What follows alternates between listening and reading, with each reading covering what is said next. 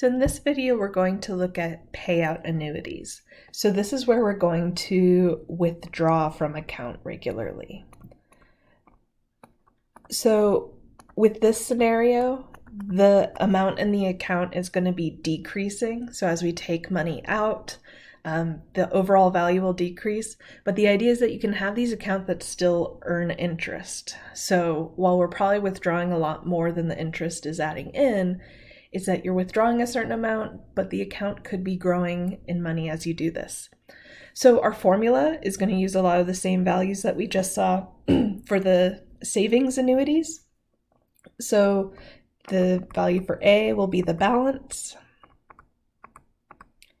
D, so where D represented the deposit amount in the last video, now it's going to be the withdrawal amount. So how much are we taking out each month or year or daily? R will be the rate as a decimal. N will be the number of times we withdraw per year.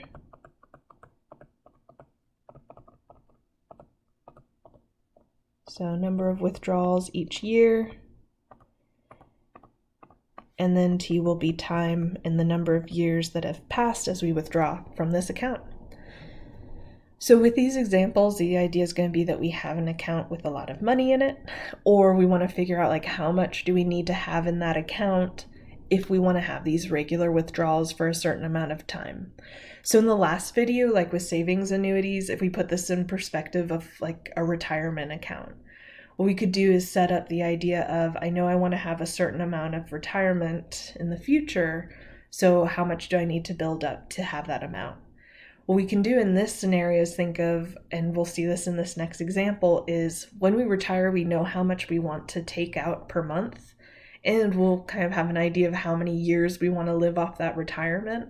So it's the idea of if we already have that amount and we know what we want to take out each month, how can we figure out those other pieces? So in this example here, it's that we're going to be taking out $800 every month. So the key difference too, because a common error with these is switching between the two formulas, that savings annuities that we saw in the previous video and these payout annuities. And the key is here, we're taking money out. Whereas in the previous video is that we were depositing money. So we're taking out $800 every month for 20 years from our retirement account with 6% interest. And we want to know how much will we need in our account when we retire. So we're solving for the amount, or that balance in the account. We know our withdrawal amount is $800 each month.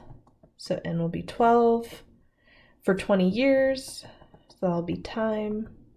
And we have an account that has a rate of 6%. So this, plugging into our formula, we'll have our withdrawal amount, parentheses 1 minus 1 plus the rate divided by N. And then the exponent here, we're going to have a negative exponent. So negative exponents tend to go with decreasing trends, whereas in the previous video we had a positive exponent, which is usually increasing trends. Don't forget that negative symbol, or it'll throw off our formula here. So we'll have a negative 12 times 20, and then close those parentheses over 0.06 divided by 12. So let me show you how this plugs into the calculator. So what we'll have is set up our fraction, and then in that numerator we'll have the 800, and then parentheses 1 minus, new set of parentheses 1 plus, 0.06 divided by 12, then close parentheses, which I need to move to the right first. Okay, close parentheses. And then for your exponent, you'll need parentheses, and we'll have negative 12 times 20. And then we can close parentheses for that exponent and close parentheses for that numerator. And then the denominator will have 0.06 divided by 12. And there's our formula, and what we'll get is this big number out. So $111,664.62. So the idea is that's how much we need to have in the account if we're going to have these regular withdrawals of $800 per month. Let's look at another example here. So a donor gives $100,000 to a university and specified that it should be used to give annual scholarships for the next 15 years, and they can earn 4.3% interest on this. So annual scholarships, that means they're withdrawing from this account each year.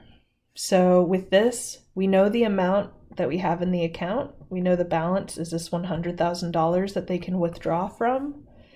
And we have an annual scholarship, so they're going to take it out yearly, so once per year, for the next 15 years. And we have interest rate of 4.3%.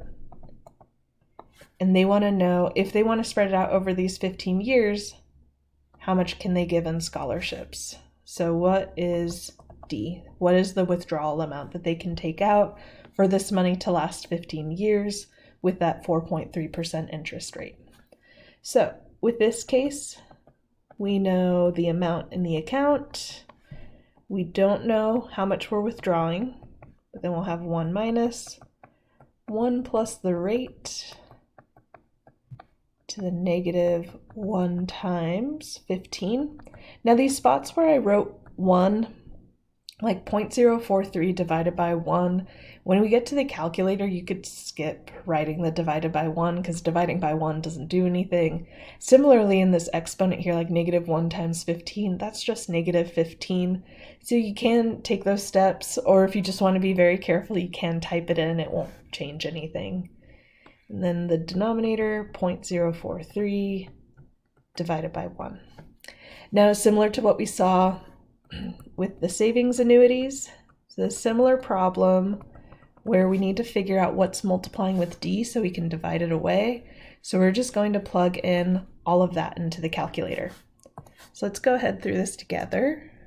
So let's see, we'll have our fraction. I'm going to have 1 minus 1 plus 0.043, and you could say divided by 1, or you could just close it there. And then an exponent of negative 15. Close parentheses, and then the denominator, that's just a 0.043. So we have this 10.8887. So if I just want to write something down to follow my work here, but again, when I get to the calculator, it's going to be better to use that exact value. So I'll write this out so I can see the work that I'm doing. When I'm in my calculator, I'm going to go ahead with 100,000 divided by, and then I'm just going to grab that answer that we just used using the answer button. So for an exact value, $9,183, and this is all going to round up to 80.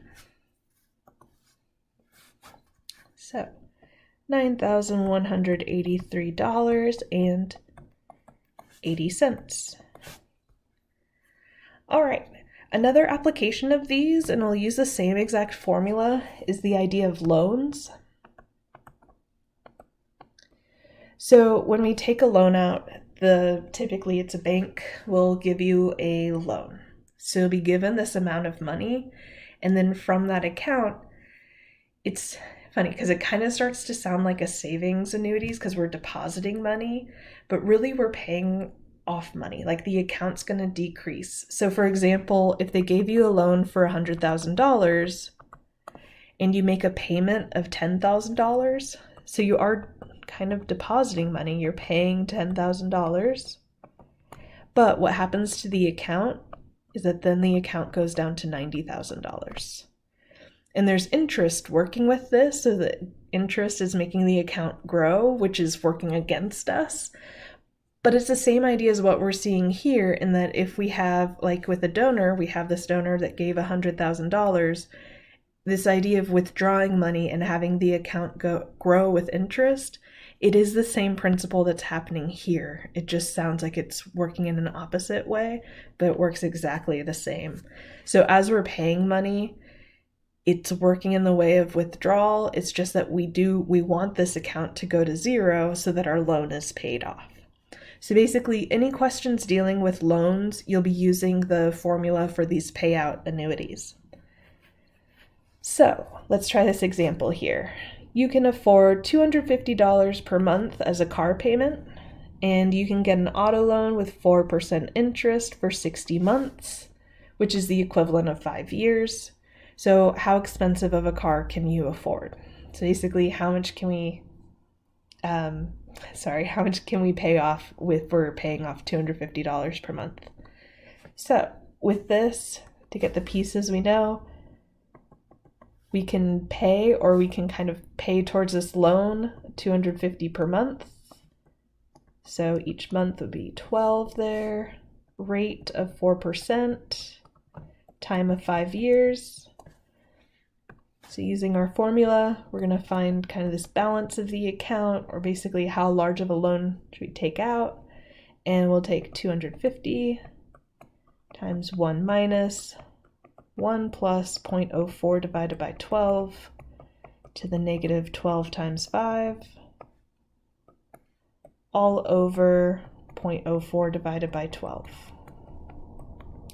So if we plug that into the calculator, we should get $13,574.77. So it would tell us that if we want to follow this $250 per month with interest for 5 years, we can get a car that's up to $13,574.77. All right. Lisa bought new furniture on credit. So she bought $3,000 on credit. So this was her loan amount. So her credit score isn't very good, so they're going to charge a high interest rate of 16%. And she's going to pay it off over 2 years. So we want to know how much will she pay. So what's that value for D? Each month. So this is a case where we know the amount of the loan. We don't know how much she's going to be withdrawing each month from it, or depositing to pay off this loan. We have this rate of 16%, time of 2 years, and she's going to be paying off monthly. So with that, we can plug in 3,000 equals, we don't know what D is, but 1 plus our rate divided by N to the negative N times T, all over rate divided by N. And with that, we can plug into our calculator. We should get something around 20.4235 next to D. And then we'll divide both sides by that amount.